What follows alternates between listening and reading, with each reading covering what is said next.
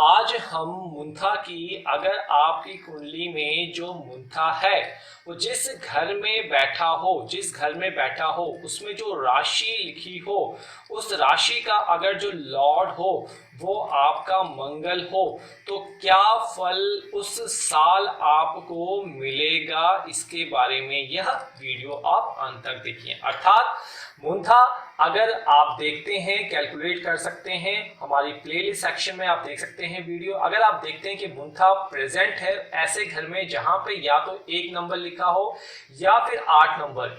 1 number जो होता है ये मेष को बताता है, 8 नंबर जो होता है यह वृश्चिक को बताता है। तो 1 और 8 में प्रेजेंट हो और इन दोनों का आपको स्वामी पता है कि मंगल होते हैं।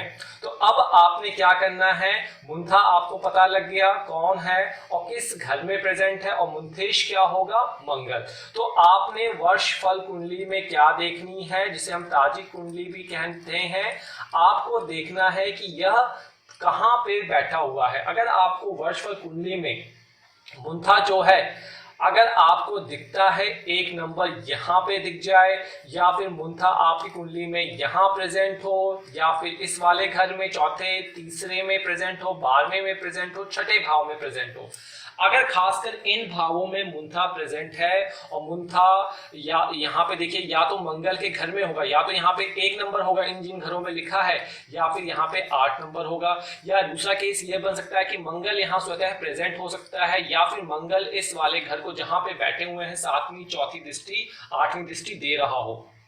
तो यदि मुंथा मंगल के घर में अथवा मंगल से युक्त या दृष्ट हो तो पित्त रोग होता है। इस चीज को आप नोट कर लीजिए, उस वर्ष आपको पित्त रोग की समस्या हो सकती है।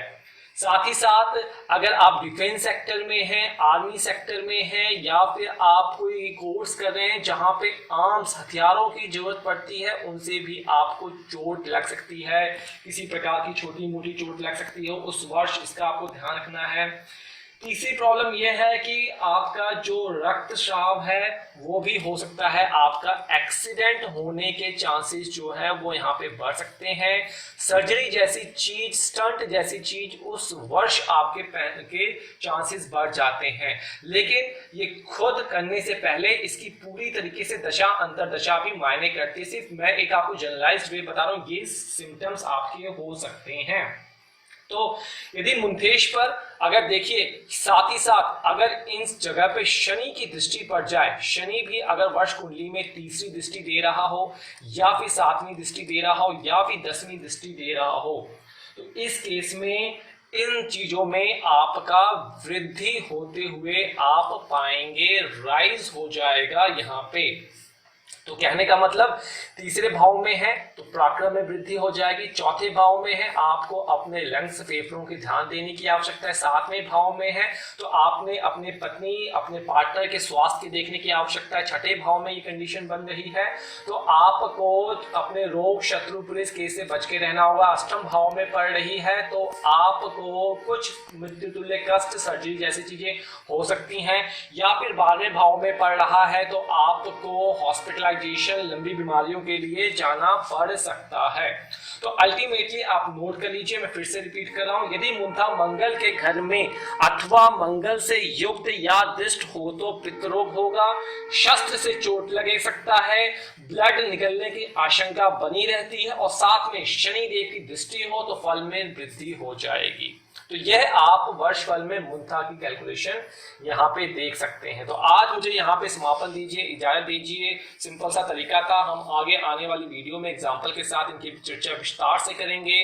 अभी आपको सिर्फ मैं नोट्स दे रहा हूँ, केस स्टडी के बारे में भी हम बात करेंगे शीघ्र।